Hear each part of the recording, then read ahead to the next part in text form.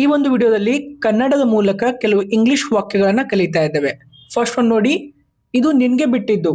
ನೀ ಏನ್ ಡಿಸಿಷನ್ ತಗೋ, ಇದು ನಿನ್ಗೆ ಬಿಟ್ಟಿದ್ದು. ಇದನ್ನ ಇಂಗ್ಲಿಷ್ ಅಲ್ಲಿ ಯಾವ ರೀತಿ ಹೇಳ್ತೀವಿ? It is up to you ಅಥವಾ it's up to you. Next ಒಂದು ನೋಡಿ, ಇದು ಅವಳಿಗೆ ಬಿಟ್ಟಿದ್ದು. It is up to her. ಇದು ಅವರಿಗೆ ಬಿಟ್ಟಿದ್ದು. ರಮೇಶ್, ರಾಜು, ರವಿ ಇದು ಅವ್ರಿಗೆ ಬಿಟ್ಟಿದ್ದು. It is up to them. ಇದು ನನಗೆ ಬಿಟ್ಟಿದ್ದು.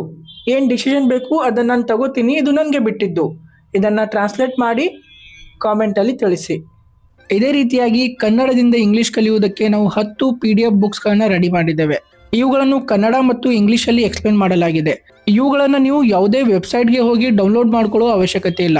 ಸಿಂಪಲ್ ಆಗಿ ಈ ಒಂದು ನಂಬರ್ಗೆ ವಾಟ್ಸಾಪ್ ಮೇಲೆ ಮೆಸೇಜ್ ಅಥವಾ ಕಾಲ್ ಮಾಡಿ. Thank you.